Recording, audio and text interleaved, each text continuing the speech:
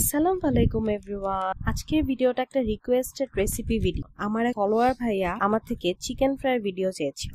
প্রথমেই নিয়ে নিলাম 1 কেজি পরিমাণে মুরগি, তাতে দিয়ে দিলাম 2 চামচ পরিমাণে আদা রসুনের বাটা।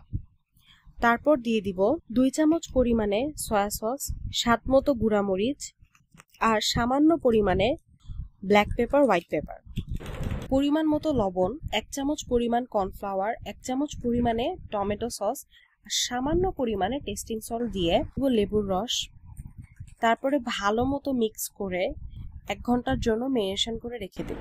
একটা বাটিতে 1 কাপ পরিমাণে ময়দা, সাথে নিয়ে নেব কর্নফ্লাওয়ার, গুঁড়া মরিচ আর স্বাদ মতো লবণ নিয়ে ভালো মতো মিক্স করে এই মিশ্রণে দিয়ে দিব ম্যারিনেশন করে রাখা চিকেন, যেটা 1 লেয়ার কোটিং করে ঠান্ডা পানিতে ডিপ করে দেন আবার 1 লেয়ার কোটিং করব, যাতে চিকেনটা ভালো মতো ক্রিস্পি হয়। তারপর ফ্রাই প্যানে তেল গরম করে ভালো মতো চিকেনটাকে 10 মিনিটের জন্য হাই ফ্লেমে ফ্রাই করে নেব।